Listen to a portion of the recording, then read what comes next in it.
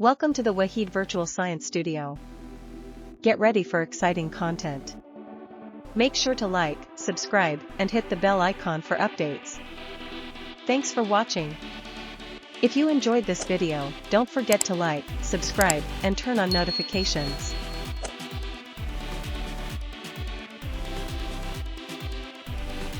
See you in the next one.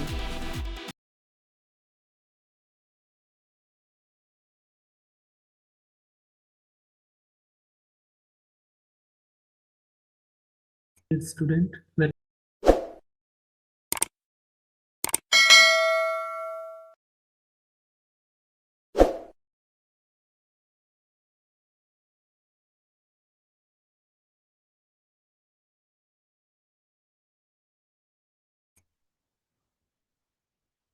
Assalamu alaikum, dear student. Welcome to the Wahid Virtual Science Studio. हम start करते हैं second chapter की third exercise. उससे पहले इसकी थोड़ी सी जो चीज़ें इस एक्सरसाइज को सॉल्व करने के लिए हमारी हेल्प करेंगी, हम उनको देखते हैं। यहाँ पे कॉमन लॉगरिथम कौन सा होता है? Common logarithm is the logarithm with base 10। ये आपको दो तरह के लॉगरिथम नजर आते हैं, एक को हम बोलते हैं कॉमन लॉगरिथम और एक होता है नेचुरल लॉगरिथम। तो ये जो 10 की बेस ऑफ 10 में जिसको लिखते हैं वो कॉमन लॉगरिथम होता है। ठीक है, ये कुछ वैल्यूज हैं। लॉग ऑफ 10 किसके बराबर होता है? 1 के। इनको अगर आप याद रख लें तो बेहतर है। ये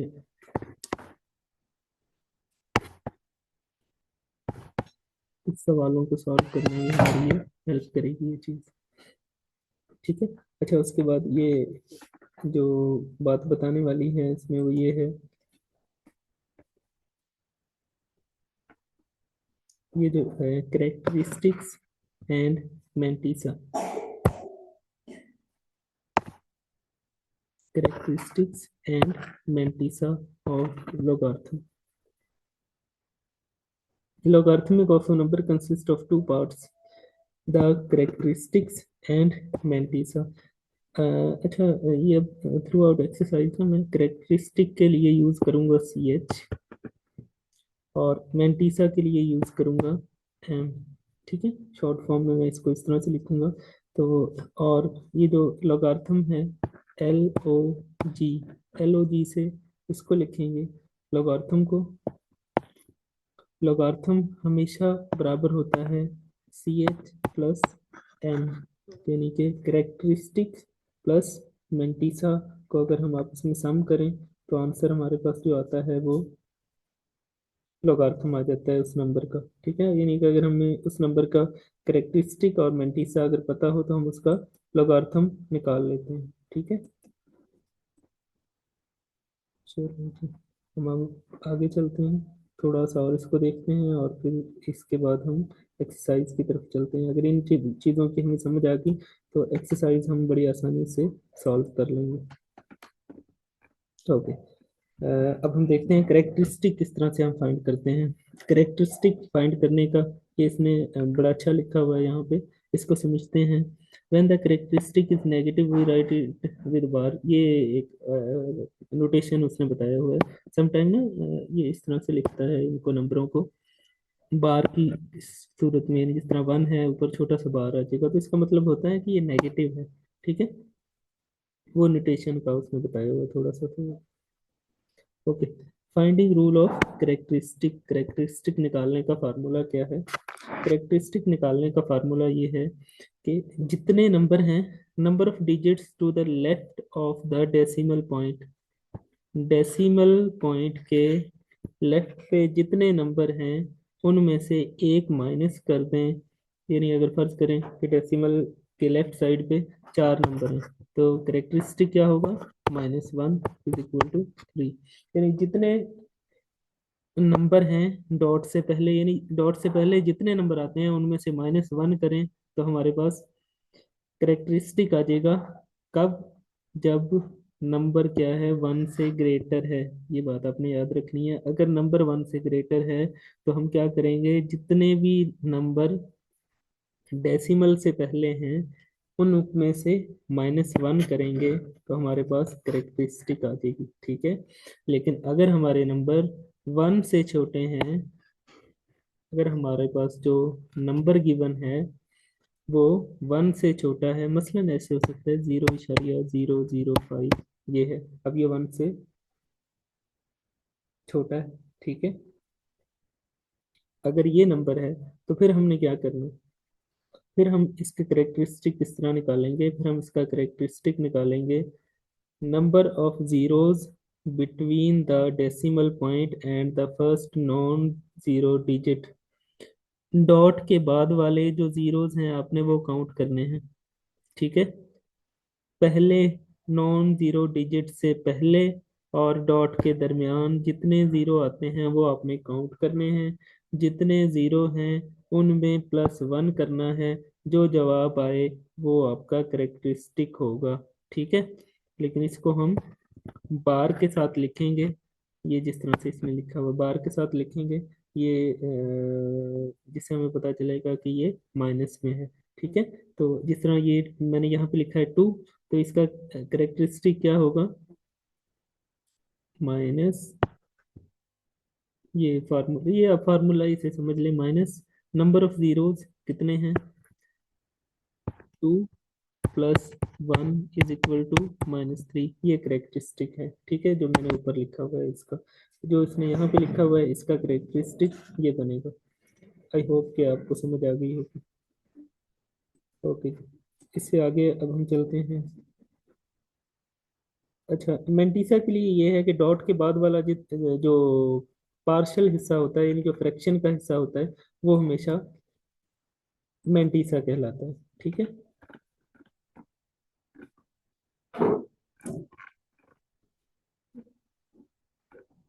चलो, Mantissa is the decimal part of logarithm. It represents the fractional component and is always positive. For example, in logarithm 5000, in log 5000 is equal to 3.698, Mantissa is any dot के बाद वाला जो नंबर है ये मेंटिसा होता है। Find the common logarithm of natural number. Okay, common logarithm मालूम कैसे करते हैं, तो आपने इसमें से ये एक जिस तरह एग्जांपल है, स्टेप 1 में आपने क्या करना है, इसको आपने अलग अलग आइडेंटिफाई करना है,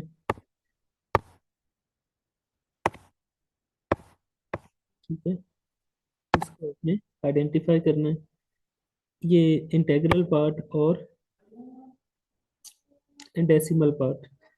डॉट से डॉट से पहले वाले नंबर इंटेग्रल पार्ट, और डॉट के बाद वाले नंबर डेसिमल पार्ट।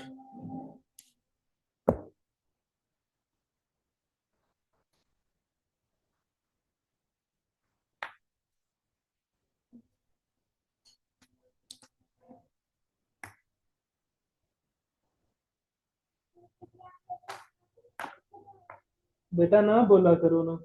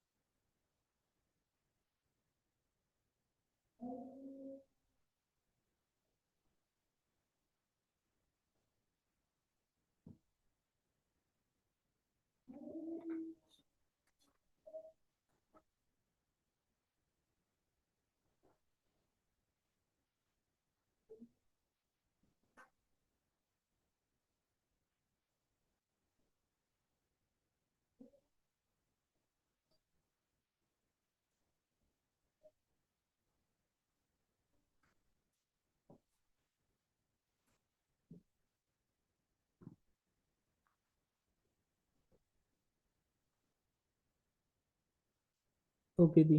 तो finding common logarithm of a number, अब हम सीखते हैं कि लॉगरिथम किसी नंबर का कैसे निकालते हैं। ये जो मैं अब बात बता रहा हूँ, आप इसे एक दफ़ा गौर से ध्यान से समझ लें।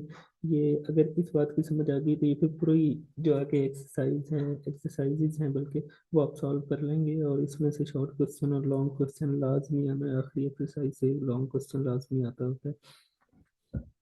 तो देखें जरा, ये एग्जांपल, इसी की एग्जांपल को हम लेके चलते हैं। देखें यहाँ पे, ये ये एक नंबर है। इसको हमने सबसे पहले स्टेप में क्या करना है, इंटेग्रल पार्ट और डेसिमल पार्ट, डॉट से पहले वाला हिस्सा इंटेग्रल पार्ट और डॉट के बाद वाला हिस्सा डेसिमल पार्ट, उसको अलग अलग कर लिया। Find the characteristic of a number, characteristic के बारे में अभी मैंने आपको क्या बताया था कि डॉट से पहले वाले नंबर आपने काउंट करने हैं, वो कितने हैं, जितने वो नंबर हों उनमें से एक माइनस करना है, तो आपका करेक्टरिस्टिक आ जाएगा। अगर आपका जो है नंबर वन या वन से बड़ा है तो, ठीक है। तो 13 जाहिर है वन से बड़ा है, तो हम क्या करेंगे, वन और टू, ये टू है, तो इसमें से हम क्या करेंगे, टू माइनस वन करेंगे, तो हमारे पास ये करेक्टरिस्टिक आ जाएगी, ठीक है। उसके बाद इन कॉमन लोगारिथमिक टेबल, ये बुक के पीछे टेबल गिवन है, हम इसमें 13 की वैल्यू, ये मैं आपको दिखाता हूँ।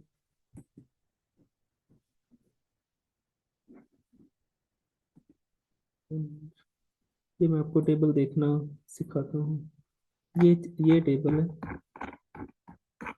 ठीक है। ये एंटी लोगारिथम का टेबल है, और इससे पहले ये लोगारिथम का टेबल है। तो हमने क्या करना है इसमें, इस क्वेश्चन में हमने करना है, वो जो एग्जांपल हम कर रहे थे, 1345 था, तो 13 की वैल्यू फोर के टेबल में फाइव का डिफरेंस, यानी हम यहाँ से 13 की वैल्यू फोर के टेबल में, ये फोर के कॉलम में, ये 1271, नहीं हम इसको नोट करेंगे, ये आएगा हमारे पास 1271। उसके बाद फाइव का डिफरेंस अगर हम ढूंढें तो वो मिलेगा, ये है 16, ठीक है। ये 16 है, तो 1271 प्लस 16 हमने करना है, ठीक है। अब हम चलते हैं उधर ही एक्सरसाइज की तरफ। ये यहाँ पे मैंने आपको ये दिखाना था कि मैंने दिखा दिया कि टेबल में कैसे ढूंढते हैं। यानी जिस तरह ये जो दर, दरम्यान में डॉट आता है ना, उसका मतलब सिर्फ होता है कि करेक्टरिस्टिक फाइंड आउट करना। जब करेक्टरिस्टिक आप निकाल लें और आप डेसिमल और इसका इस इंटेग्रल पार्ट को अलग अलग कर लें, करेक्टरिस्टिक आप निकाल लें, मैंटीसा का आपको पता चल जाए, तो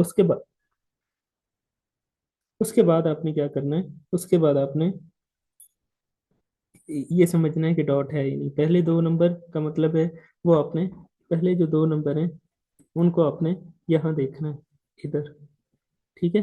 तीसरा नंबर आपने यहाँ देखना है, इधर। और चौथा नंबर आपने इनमें से पिक करना है।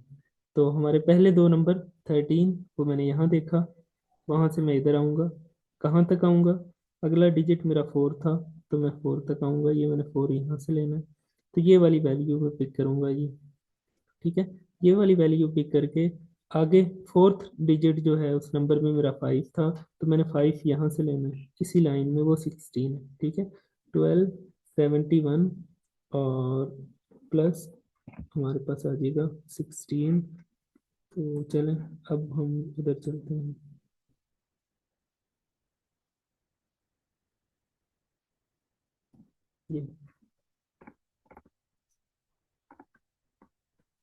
ये इसमें यहाँ पे ये पिक डाली हुई है, मैंने आपको वो वहाँ पे दिखाना था। आपने ये जब क्वेश्चन सॉल्व कर रहे होंगे, आपने ये सारी वैल्यूज किताब के पीछे से ही देखनी है, किताब के आखिर में ये टेबल पूरा का पूरा गिवन है। ये देखें, इसमें यहाँ पे इसको हाईलाइट किया हुआ है ऐसे, और फाइव का डिफरेंस।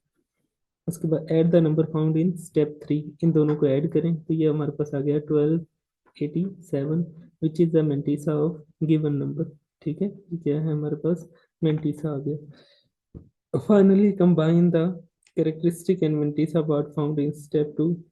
ओके, जो स्टेप टू में हमने फाइंड किया और जो 5 में फाइंड किया उसको कंबाइन कर दें, तो ये 1287,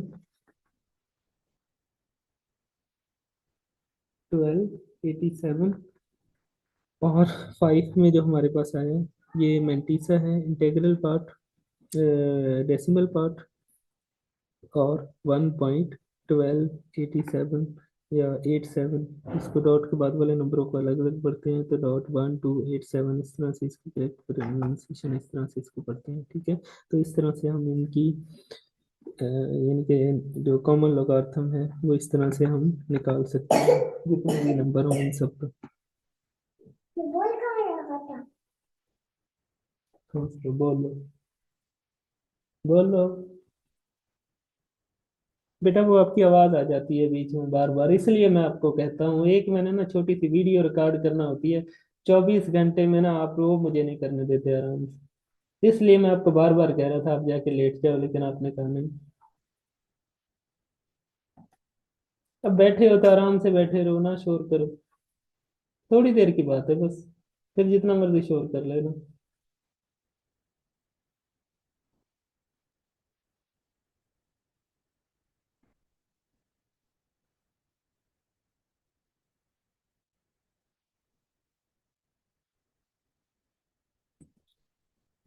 ओके जी, तो ये एग्जांपल्स हैं, ये यहाँ पे सॉल्व हैं, ये आपने यहीं से देख लेनी है।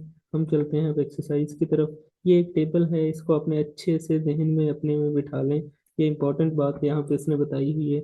लॉग ऑफ जीरो आपको पता होना चाहिए, अनडिफाइंड होता है। लॉग ऑफ वन हमेशा जीरो होगा, और अगर ये बेस और वो नंबर जिसका आप लॉग ले रहे हैं अगर वो सेम है तो आंसर हमेशा वन आएगा। ठीक है, लॉग यानी कि बेस और नंबर जिसका आप लॉग ले रहे हैं उसका आंसर हमेशा वन आएगा। ये बिल्कुल ऐसे ही है जिस तरह हमने पीछे भी मैंने आपको दिखाया था कि मैं लिखूं लॉग 10 तो आंसर क्या आएगा, वन आएगा। ठीक है, चलो ओके। अच्छा, उसके बाद थोड़ी सी बात इसमें यहाँ पे की हुई है एंटी लॉगार्थम के बारे में। जिस तरह लफज से जाहिर है, एंटी है किसका, लॉग, लॉग का, लॉगार्थम का एंटी उलट है ये। ठीक है,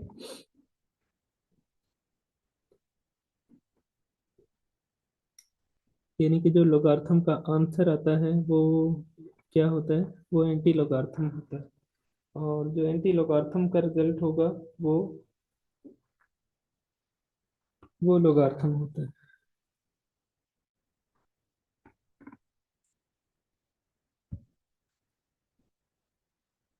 इसी नंबर का एंटी लॉगार्थम हमने कैसे निकालना है, पहले स्टेप में हमने क्या करना है, करेक्टरिस्टिक और मेंटिसा पार्ट को अलग अलग कर लेना है। Finding the corresponding value of mantissa from anti log table, वो जो सेकंड पे टेबल था, पहला था ना लॉगार्थम का, जो सेकंड टेबल है वो आपने फॉलो करना है।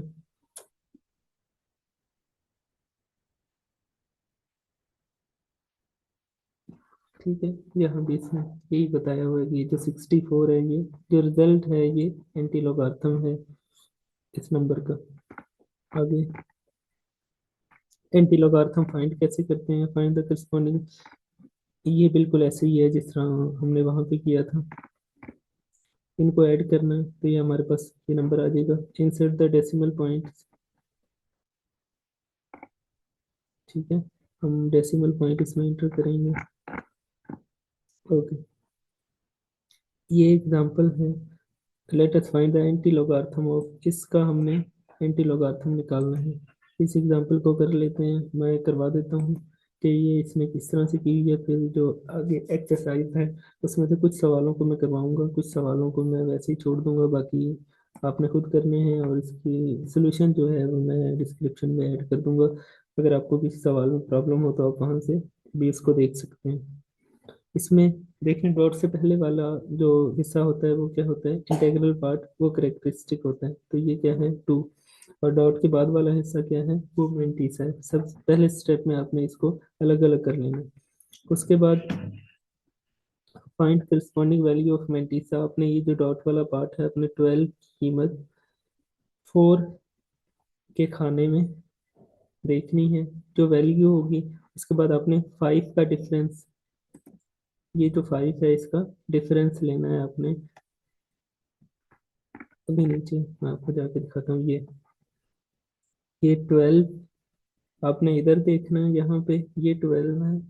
4 यहाँ से ये वाली वैल्यू आपने पिक करनी है, 13, 30, और 5 का डिफरेंस है 2। तो ये हमारे पास इन दोनों को जब आप ऐड करोगे तो ये बन जाएगा हमारे पास 1332, यानी 1332 बन जाएगा। तो इस 1332 ही आपका आंसर है। अब आपका पास जो करेक्टरिस्टिक थी वो क्या थी, 2। तो करेक्टरिस्टिक 2 का क्या मतलब है, since characteristic is 2 therefore the decimal point will be after 2 digits right from the reference position। अच्छा, रेफरेंस पोजीशन क्या है, इसको भी समझ लें। रेफरेंस पोजीशन बिल्कुल ऐसे है जिस तरह साइंटिफिक नोटेशन में, यानी कि लेफ्ट साइड पे 1 डिजिट हो।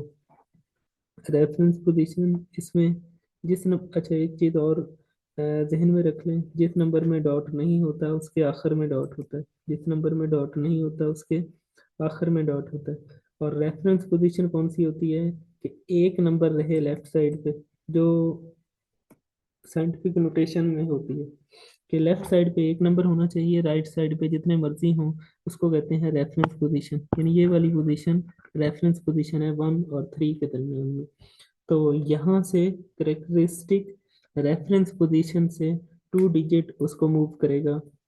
जितना भी करेक्टरिस्टिक होगा उतने डिजिट डॉट मूव करेगा रेफरेंस पोजीशन से। रेफरेंस पोजीशन हमारी यहाँ पे थी, तो ये मूव करके कहाँ चला जाएगा, इधर आ जाएगा 3 और 2 के दरमियान में। ठीक है, यही हमारा आंसर है। चलिए जी, मेरा ख्याल है इस वीडियो के लिए इतना ही काफ़ी है। अगली वीडियो में हम इस एक्सरसाइज का सलूशन शुरू करते हैं। ये थोड़ा लेंथी हो गया, इस तरह कर लेते हैं, ये थोड़ी नेचुरल लॉगरिथम की बात कर लेते हैं। और इसका डिफरेंस ये आपने यहाँ से देख लेना है, ये 3-3 पॉइंट दिए हुए हैं, कोई से भी दो आपको पता हो शॉर्ट क्वेश्चन में आपसे पूछ सकता है। ठीक है,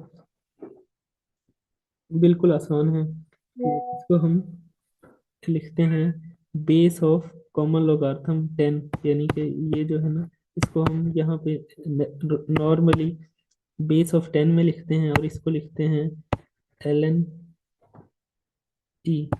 ठीक है, उसके बाद इट इज रिटन एज, इसको ऐसे लिखते हैं और इसको ऐसे लिखते हैं, यानी कि नेचुरल लोगार्थम को हम ln से लिखते हैं, इसको log से लिखते हैं। ठीक है, कॉमन लोगार्थम जो है वो वाइडली यूज्ड है in everyday calculation, are commonly used in high level mathematics. जो हाई लेवल की मैथमेटिक्स है, कैलकुलेशन एंड एप्लीकेशंस, उसमें ये यूज होता है। ठीक है, चलें जी, इस वीडियो में इतना ही।